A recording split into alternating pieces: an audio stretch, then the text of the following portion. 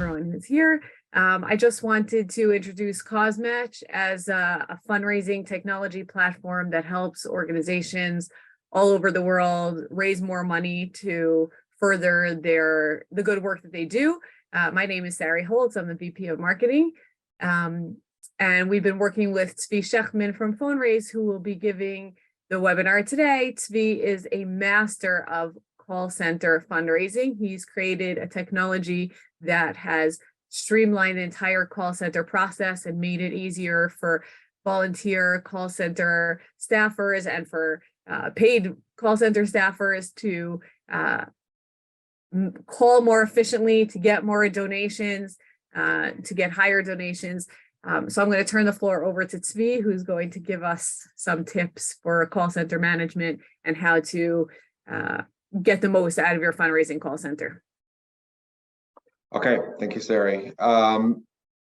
Just to get started, an overview of phonathons. Phonathons have been around for a very long time. Telethons were popular, but the same concept existed for a very long time, and the mechanics of a phonathon, call center, whatever you want to call them, is essentially has not changed at all. The goal is to reach as many people as possible and solicit as many gifts as possible. But there's an important added component to that, and that is to motivate your base and to get them excited and to bring them into the process of fundraising and seeing the value of soliciting gifts from friends, family, and so on. So the reason that phonathons have become less popular over the years is because with the advance of technology, people were able to become a little lazier, honestly, and with the advent of bulk emails, bulk text messaging, and a lot of other one-to-many communication methods, it seemed a much easier and straightforward way of soliciting donations. However, the personal connection eventually gets removed, and especially as everyone started to go into that route, it became sort of a less personal way and not a great way to connect with donors. And also fundraisers, people that were ambassadors in the organizations, were not needed as much, and therefore they did not feel as involved. And some of the vibe and the excitement around a fundraising campaign started to dissipate. And so that's for this reason, for those reasons, a phonathon is still it can be a very powerful and effective tool to solicit gifts and to make people aware that you're actually running a campaign. So there's a dual component of marketing and of fundraising that go into a phonathon. Now, the reason why phonathons did sort of fade away when technology moved along is because they can be complicated and there's a lot of steps involved. And if you're missing a few steps, it can feel like there's a bit of a failure, or you didn't reach as many people as you thought you could have. And then people start asking questions about how effective a phonathon is, and so on and so forth. So the goal today is to really go through about 9 steps of what's important in a phonathon. Quite honestly, nothing here is rocket science. Nothing here is a new invention for the most part. But it's really about process and making sure that you're organized. And when you have those elements in place, phonathons can be pretty simple, pretty easy to organize, and pretty exciting for the people that are involved, the ambassadors and the organization that's running it. Okay, so with that, we'll get started. And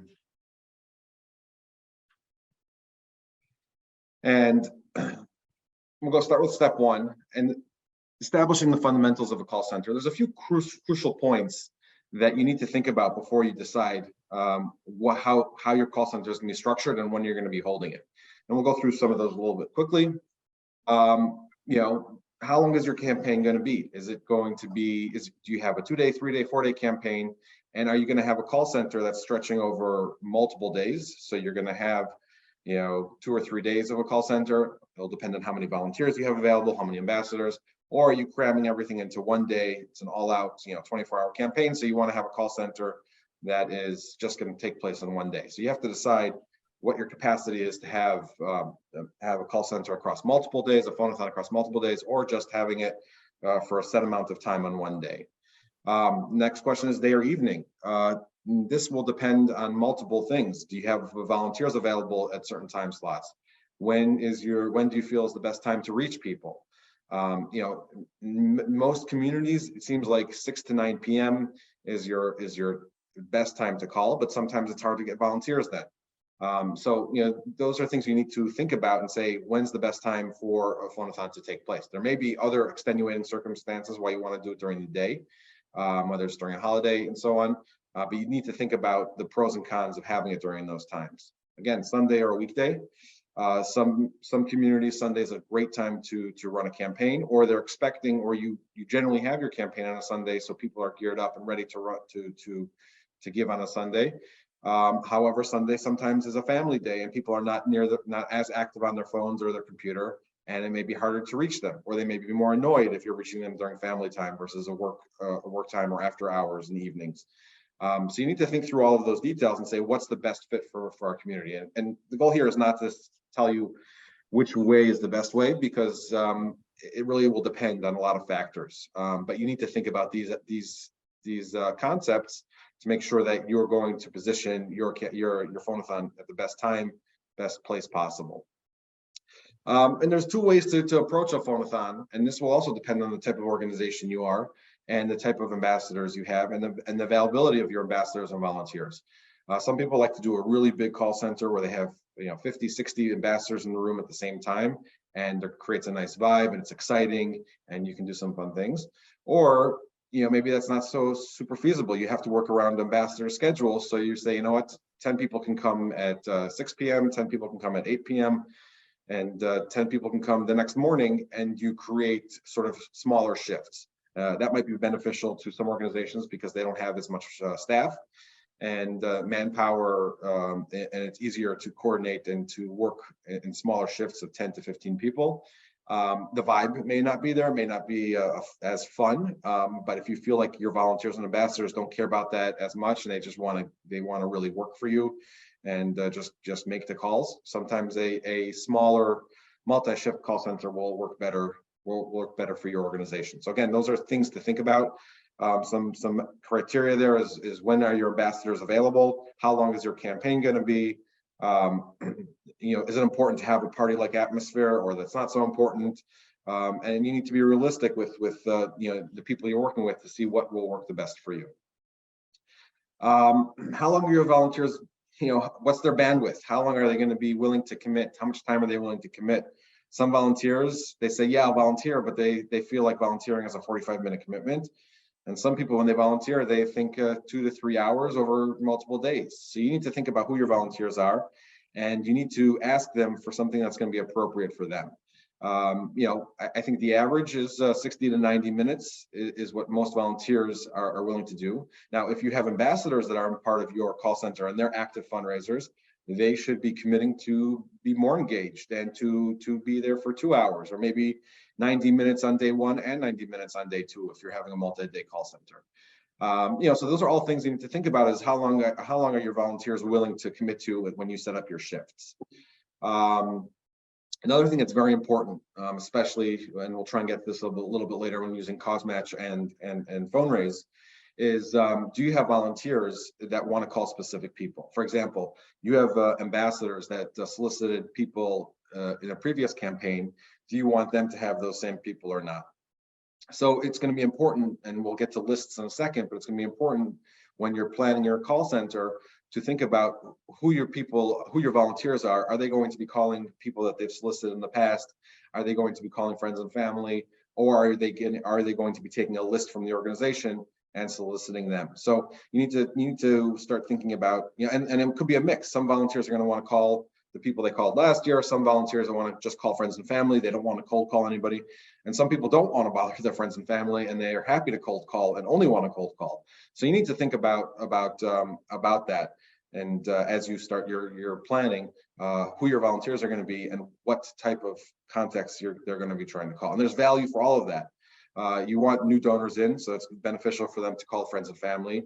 You want people that have given to those people in the past. They've given probably because they were asked by that specific person. So you want those volunteers to ask the people they've solicited in the past. And an organization a lot of times can't get through all of their potential donors on their list during the course of 2 days. So it's very helpful when volunteers are willing to take people on an organization's list and solicit on behalf of the organization. So you need to think about all of those 3 methods and what your volunteers are willing to do, and set up your call center accordingly. Remote phone-a-thon. So this was a big benefit during COVID. We had a federation that ran their entire phone-a-thon remotely using PhoneRaise, and you can do it. You can run a phone-a-thon completely remotely, where everyone gets a list and is reaching people out really on their own schedule during the course of a day. Obviously, there should be criteria of when the best time to reach people is, and certain guidelines that you're providing those volunteers. But in theory, you can run a phone-a-thon remotely. Is that advised? I would say generally not, because it's really hard to know if people are really, when they're sitting at home by themselves, there's not a lot of excitement and not a ton of motivation to reach people. And so if they do it, try and do it quickly. They try and check the task off their list of things to get done that day, and they move on. But there are certain situations where a remote phone-a-thon is the only way possible. It could be people are spread out. There's an organization that people are spread out throughout the world, and it needs to be done that way, and that makes sense. But you need to think and weigh the pros and cons of a remote phone-a-thon if that's something that you're thinking about. And the last thing is the sponsorships. When you're going through a phone-a-thon, I think sometimes people are worried about doing a phone-a-thon because there's cost involved, there's food, there's time spent in recruiting. But look at phone-a-thon as an event and as a party, and there's the possibility for people to sponsor certain elements. People can sponsor the food, and they can be part of the campaign that way.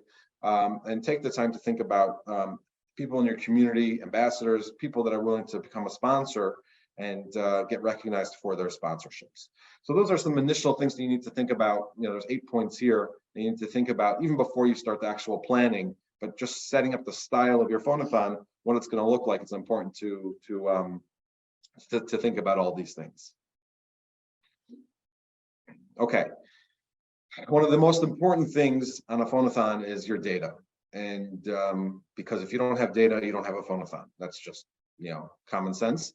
And oftentimes, many organizations do not invest enough time and energy on their data in general, on their contacts, and especially when it comes to preparing for a fundraising campaign. Unfortunately, in the rush to get other things done, making sure that your data is good and is clean gets overlooked. So I would also take the time to, when you're preparing for a phone-a-thon, to take it as have a double benefit here and take a significant amount of time to clean up your data and to make sure that you have really good data, that you're not missing contact information. We'll go through some of this a little bit here. In a phone-a-thon, you need to establish what your criteria is for when you're going to be contacting people. If you're an organization that has 10,000 people on their list, but you only have 10 volunteers, well, you don't provide the whole list to 10 volunteers, because they'll never get through 10,000 contacts, and you're not giving them the best donors to reach out to. So if there's 10 of those 10,000, only 2,000 are donors. So right away, you want to prioritize the people that have donated in the past. This style campaign is really not about soliciting new donors. This is about reaching everybody who has donated in the past. Obviously, if you're an organization that doesn't have a ton of old donors and you want to reach, and after you solicited all of your past donors, you want to reach out to new people, that's great. But you need to prioritize who is going to be the most likely to give. And there's 2 reasons for that. Obviously, the goal here is to raise money. And you're going to raise the most money from people that have donated in the past.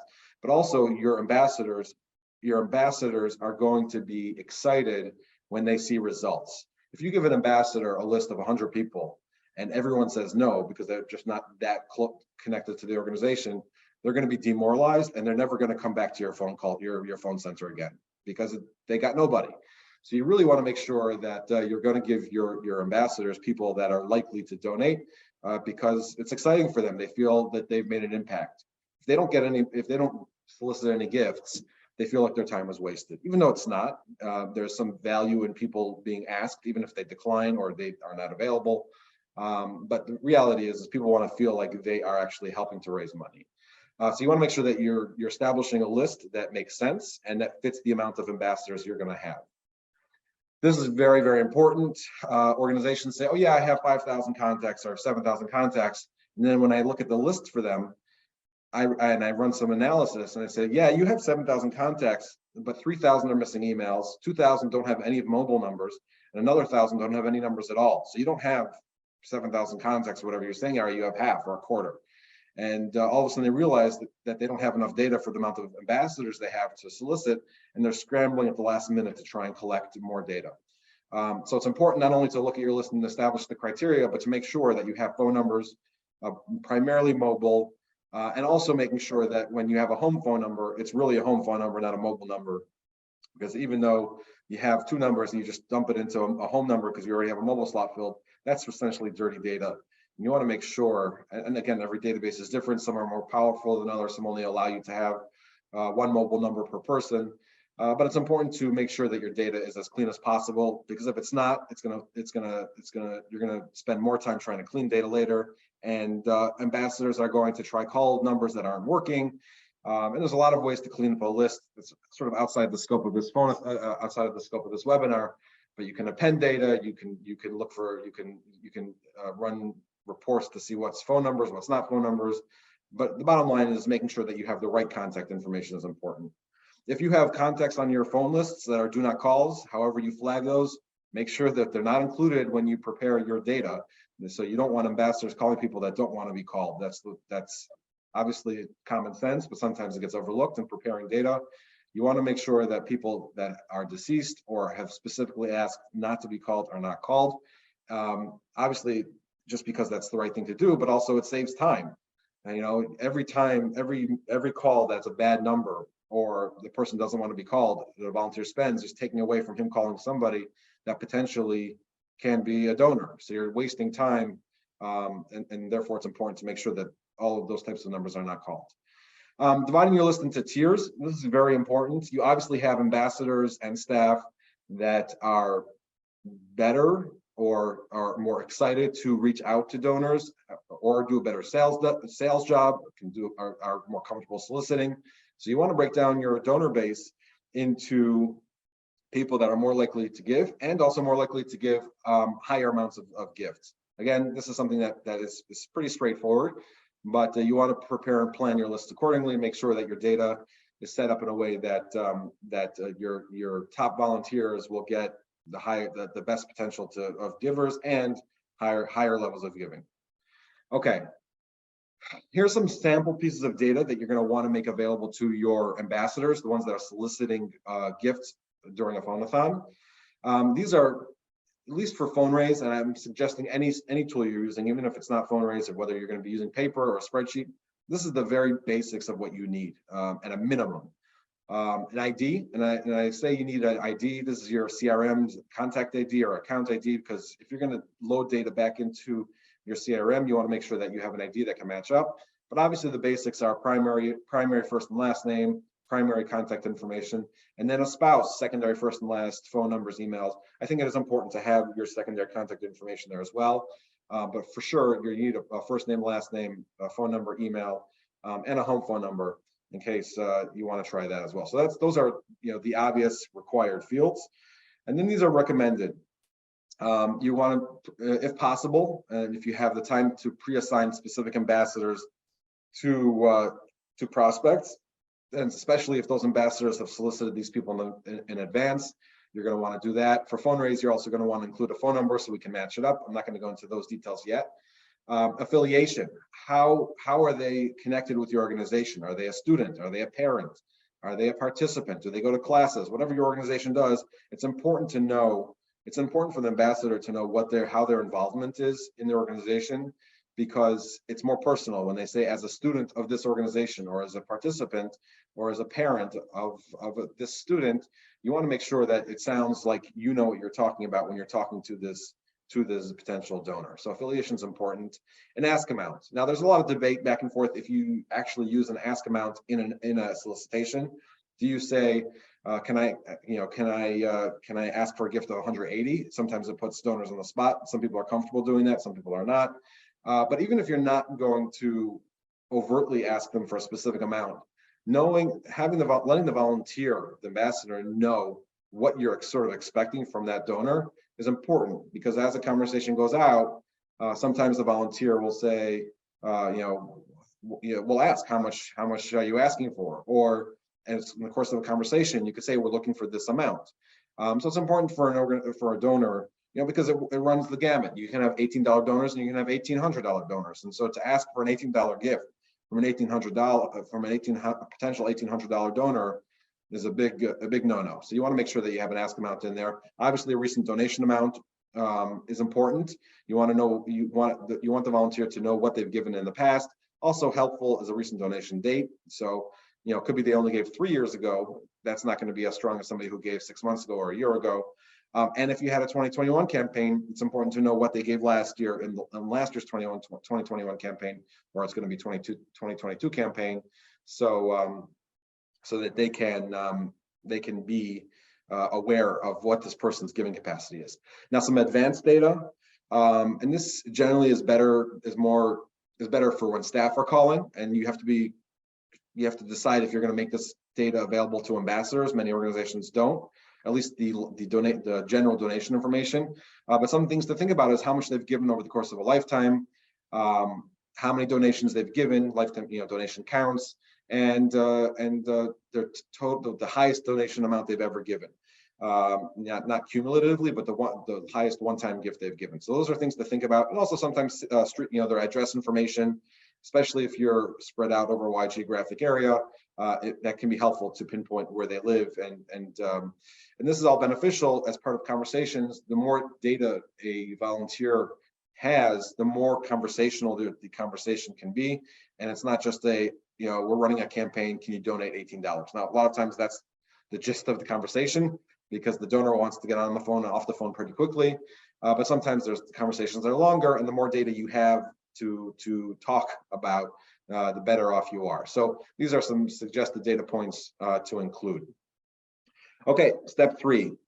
This comes to some of the event management of a phone-a-thon and some of the logistics that you need to think about when you're planning your campaign. And you'll see here, there's also on the left side, there's when you start thinking about that. So this is planning when to start planning 4 weeks before. So obviously you need to secure a space that's going to be comfortable, but you don't want it to be too big, because the right size space will add to the vibe.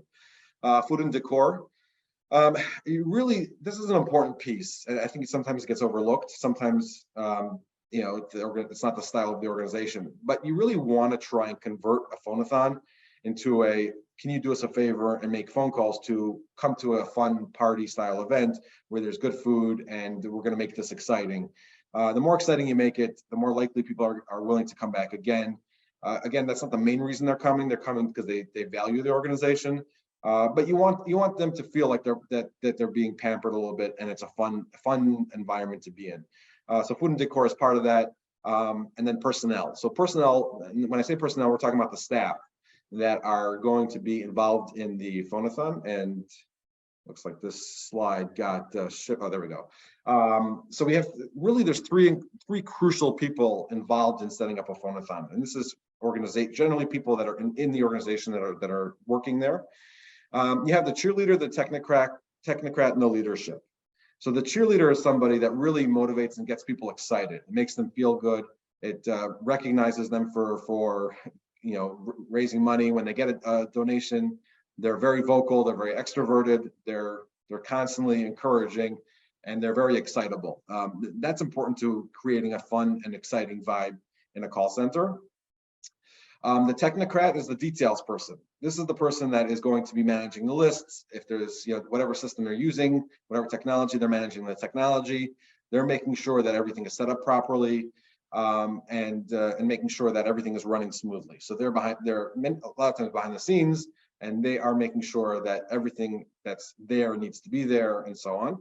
And then you have the leadership, and it's important for the leadership to be there, because if the leadership isn't there making calls and on the front line soliciting gifts, then why should an ambassador who's just volunteering their time make the effort? When they see that the leadership, the CEO, the executive director, whatever their title is, head of school, that they're sitting side by side with the leadership that they're rolling up their sleeves too, and they're also making calls.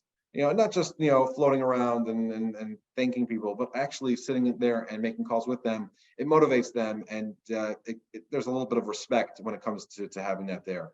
So it depends on the size of your call center. You definitely want to have all of these three elements. Sometimes you have sometimes the leadership could be the cheerleader, and that's great. And you only have two people. It will depend on the size, but you definitely want to have these three elements there, because that's what's going to make this phone center, this phone-a-thon work properly. Okay, incentives and competition. Again, people are here for the organization. They find some value, but again, they want to feel like there's some type of another reason why they're there. And there's really three human characteristics when it comes to phone-a-thons. People like to be acknowledged. Everyone likes to win. People are a little bit competitive, and everyone likes to make an impact. And so you want to make sure that you have all three there. And making an impact is really going back to making sure that the list you're giving to volunteers are people that are willing to give, and they want to feel like they're giving back and they're taking their time to raise money. People like a little bit of competition, and then acknowledgement, some incentives, and some gifts go a long way in making people feel appreciated. And so here's some ideas of giveaways that can go a long way. And again, this is just some ideas. Gift cards, local gift cards to local stores. Some nice chocolate, branded swag as the dual role of marketing your organization.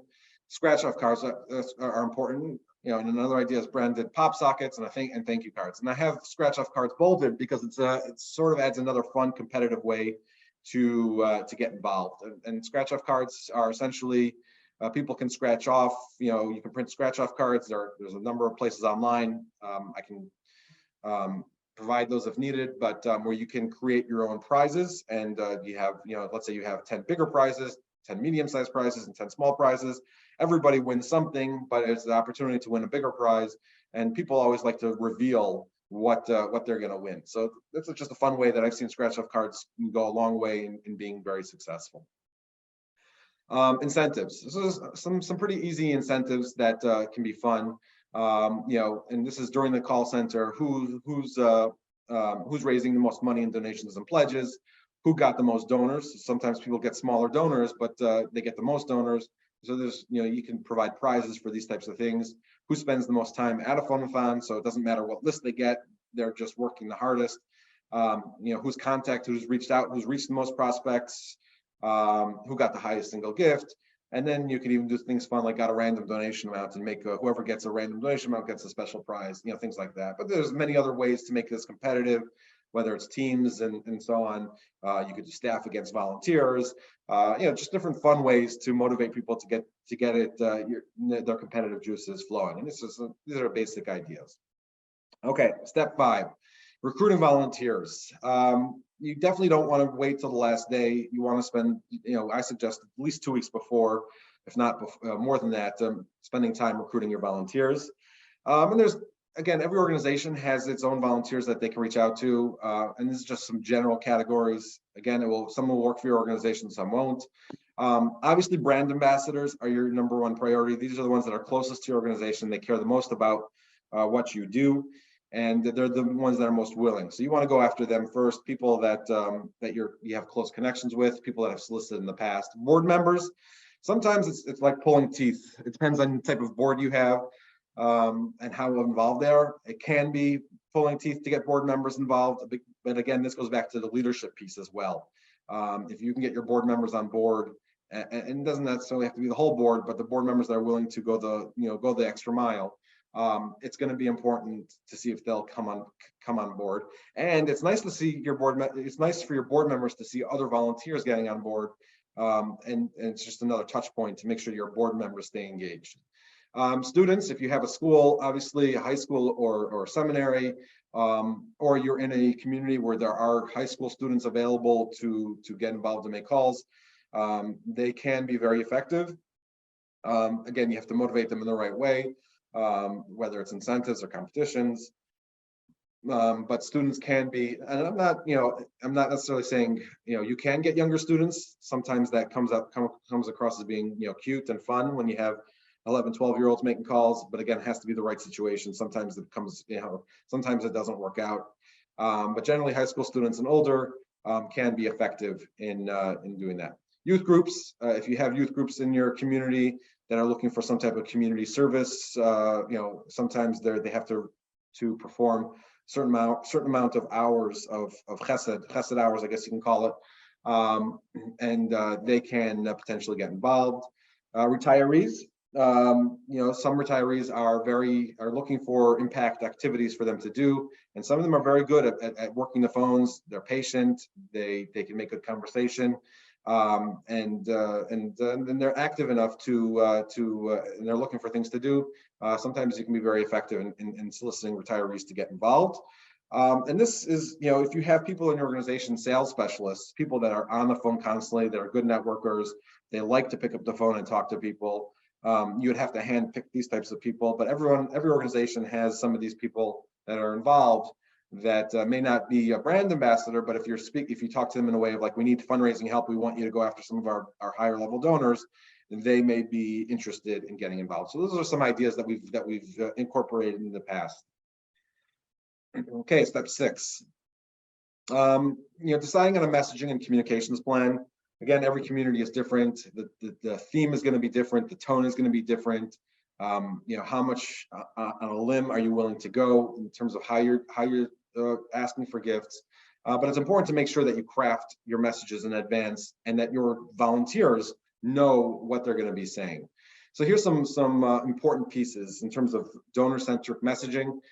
In general, this should apply to pretty much every organization. But when a volunteer, making sure that a volunteer knows when they come on board, they should introduce themselves. There's nothing wrong with them explaining a little bit about themselves. If they're a college student, they can explain a little bit about their interest or whatever it is, just to set the tone of, I'm a real person. I'm not just calling for your money, but I'm here because I care about an organization, and I want to tell you, spend a few seconds talking about myself. It's very, very important. I know that in every organization, every campaign, we set goals, and that's important for the organization to try and reach those goals, and it's important for people to see that you have a goal that you're trying to achieve. However, when it comes to getting on the phone, the goal is not the number one priority. The goal is the mission impact of what you're trying to accomplish as an organization and what the campaign is going to serve. Ultimately, most people know that every campaign has a goal, and they're not doing it. They're not going to give you money to help you reach your goal unless they're very involved in the organization. But most people want to hear about what the money is going to be going to. And so focusing on the mission is the number one priority. If the goal comes up, that's great, but it's much more important to focus on what the mission is.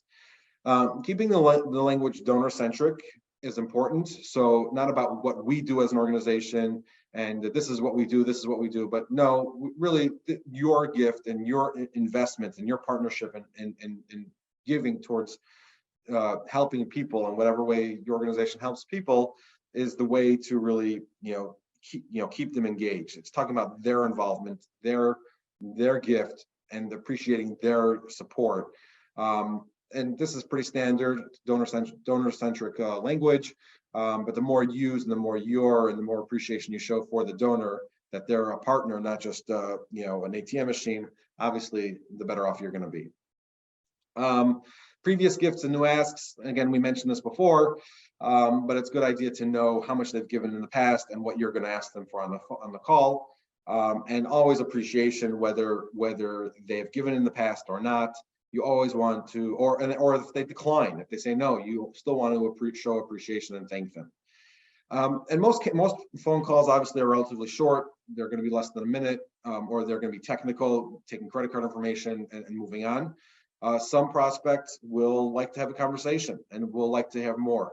So the prospect you have to make sure that your volunteers understand that yes, the goal is to raise money here, but if this person wants to spend 5 minutes on the phone talking, let them spend 5 minutes on the phone talking, because that will lend to not just a larger gift now, but potentially a larger gift in the future if the volunteer is pleasant on the phone, is communicative, is conversational, and is just happy to engage and connect with this donor. And that happens, once in a while. Especially a lot of people don't answer the phones now, and so it's important to just let people know about that.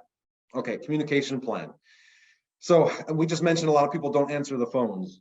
And I've seen data, in our experience, you're seeing basically between 70, if it's a phone number they don't recognize, you're talking about between 70 and 90% of phone calls will go unanswered. And so you need to figure out what your game plan is going to be if they don't answer the call. Are you going to leave a voicemail? Leaving a voicemail, it takes time. It takes anywhere between 20 and 50 seconds of a volunteer's time. So is that time well spent, or do you move on right away to the next caller? So you have to make those decisions. Our suggested method is calling the primary phone number first, which primary means the mobile phone number. If there's no answer, you can call the house number or the secondary person on your list. So the spouse's mobile number if you have a spouse. If there's no answer there, then we suggest following up with a text message immediately saying, hey, we tried to call you and we really would love if you could be a partner in our campaign, whatever message you have. And PhoneRaise effectively lets you call, and then if the person doesn't answer, you can send a text very quickly. But that way, if they don't pick up the phone, at least they are going to see the text message. They may not choose to respond. At the very least, they know there's a campaign going on and they're aware that you are raising money for a good cause. Hopefully they obviously click on the link. They have the link right there for them in the text message, and at their convenience, they can go in and donate. Another option could be is you have a 2-day campaign, is you call and text on the first day. If there's still no response, you can assign somebody to follow up and do the same process again, and so on. And number 5, if maybe saving the home number. If they haven't picked up their mobile phones, then saving their home number till the end. So this is just a suggested plan. You should make sure your volunteers know what the process is going to be if somebody doesn't pick up the call. Do you want them to leave a voicemail? Do you not want them to leave a voicemail? Do they send a text immediately? Do you save sending text to the second day? Making sure that your game plan is really well structured and your volunteers know what to do in case of certain scenarios happening. And that leads into training volunteers. Again, we talked about the communication system, PhoneRaise, and I'll talk a little bit about PhoneRaise now. And really, it's not outside the main scope of phonathons, but PhoneRaise, you have to make sure that you have a good system in place for your volunteers, whether it's PhoneRaise or something else. If you're using paper, chances are it's going to become very annoying for the volunteers or the staff. And they're going to be writing down things on that paper, and you're not going to be able to read their handwriting. I strongly suggest not using paper. But the bottom line is whatever system you're going to be using to track what happens on a phone call, to take down credit card information, it needs to be a system, and you need to have the people in place that are going to help manage that system. So if you're using a paper-based system, you need to make sure that there's 1 or 2 people overseeing the paper-based system, or if you're going to be using a spreadsheet or some other system. With PhoneRaise, what we do is we've eliminated the need to have more than 1 person overseeing it, and PhoneRaise makes the process much more seamless. The volunteer gets a link, and they have their specific call list. They can it's a mobile-based app. They don't need to download anything. They just get a text message with a link, and they can start calling and texting people right from their phones. You don't need any phone banks or computers. The technology comes with them, automatically with that. So regardless, you need to make sure you have a communication system in place and a system that the volunteers are trained on. You need to make sure that the messaging, we talked about the messaging, that they understand how to communicate with the donor, and you need to make sure that they have best practices. They know what's expected of them, and if there are going to be questions that are asked pretty commonly, they need to know the answers to those pieces. So we'll go through some basic best practices. We talked about the best channels for contacting prospects. In some communities, WhatsApp's going to be the best channel for contacting prospects. So you can use WhatsApp with PhoneRaise. In some places, it's going to be email, some personal email. Some places it's going to be text messages. Some places it's going to be phone. So you need to set your process to be the most effective way of reaching your donors. We talked about donor-centric language. Your volunteers need to know what happens on a late response. So if you're telling your volunteers to call or text, and then the campaign is over and 2 days later somebody calls back and says, I missed your call, or I just saw your text message now, what is the volunteer supposed to do? Are they supposed to hand it over to a staff member and let them know that this communication is still ongoing, or preferably the volunteer knows to still solicit the gift even though the campaign is over? But you do need to make sure the volunteer is aware of that. You need to make sure a volunteer knows what your protocol is going to be for asking for a specific amount. And if a person is going to be making a pledge, they need to know that the volunteer should probably know that don't let them get off the hook with just a pledge with no amount. Try and pin down an amount so that it becomes a more real, firm pledge. Frequently asked questions. These are some basic frequently asked questions. And again, this will vary from campaign to campaign. Are you a 501c3? Can I mail in a check? What's the website I can donate? What's the fundraising goal? What does your campaign, what does your organization do? What percentage of donations go to the actual, programming and not overhead? Things like that. Some of this stuff is pretty standard. Can I pay with Zelle, PayPal, Venmo, Cash App, Bitcoin, all that stuff. So you just want to plan your frequently asked questions in advance so that your volunteers will know the answers and so on. Okay, step 8, gathering materials for a phone-a-thon. Again, every phone-a-thon is a little bit different. These are some very basic materials that you're going to need.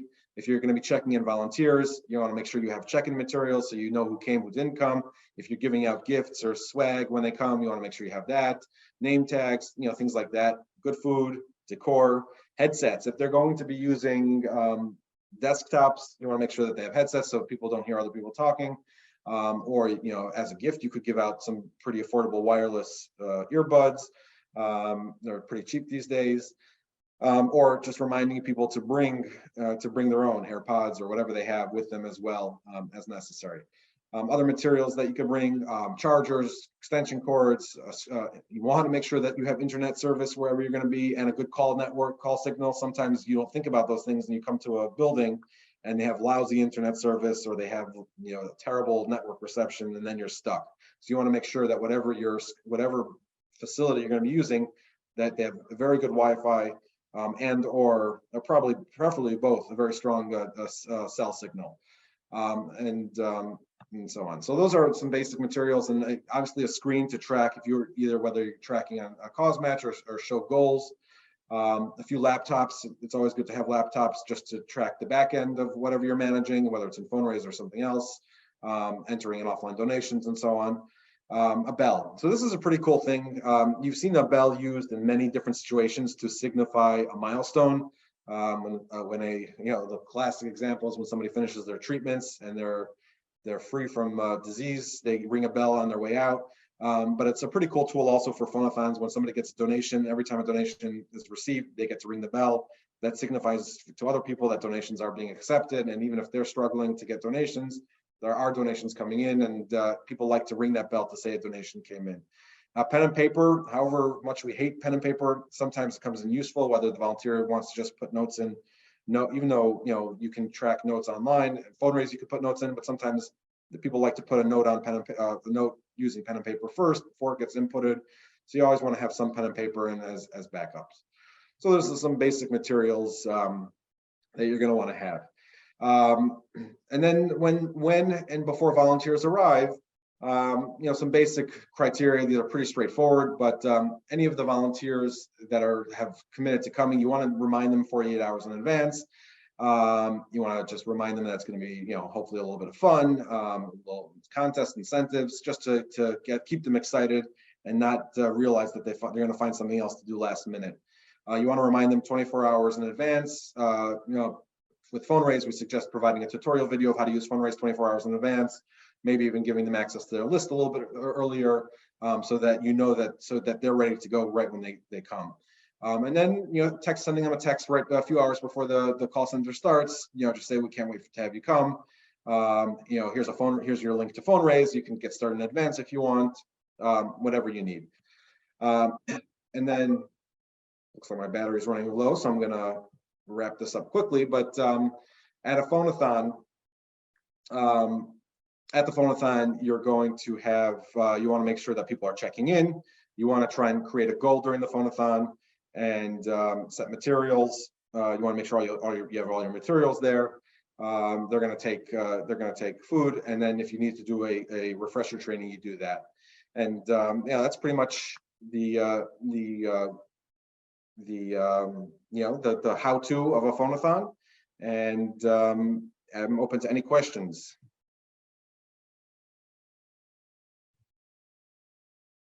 I just wanted to say thank you for that super in-depth overview of a phonathon. I have not participated in one myself, but you made it sound really doable in a lot of small steps. Very overwhelming, but also very doable. So thank you very much. Thank you. Any questions? Yeah, I'm just curious about farming out people who don't really like other people, like professional callers. If you don't have, for whatever reason, you don't have a team of people locally. Any thoughts on that? Yeah, I think that, for sure they need to be people that can connect with the people they're calling. So if you have a firm community and you're getting that from people, it's just going to sound a little interesting. The bottom line is they need to connect at some level with the people they're calling. If you don't have the ability to get local people to make calls, you need to make sure it's doable, but sometimes it's hard to find the people that are going to connect. And it's hard, it's also hard if they're not working in the same room as you. What's the quality of their ask? Are they just trying to get through as many people as possible to say they did the job, or are they really committed? Are you incentivizing them in some way for every donation that comes through? So you may need to set up things a little bit differently. If they're not affiliated with the organization, they're doing it in a paid role. Then you need to make sure that they're going to provide a quality communication. Otherwise, you're not going to see any return on your investment. Got it. Okay, thank you. Anything else? Good. You hit on a lot of things. Thank you. That was amazing. Thank you so much. Yeah. Okay, Renee, you can go. You have a question? Oh, I think she had a All right. question. When I said go, I meant speak. Oops. All right. Thank you, Tzvi. That was really, really enlightening. I will share the video with all the people and with our whole network, and we'll be in touch. Okay, sounds good. Thank you so much. Take care. Take care.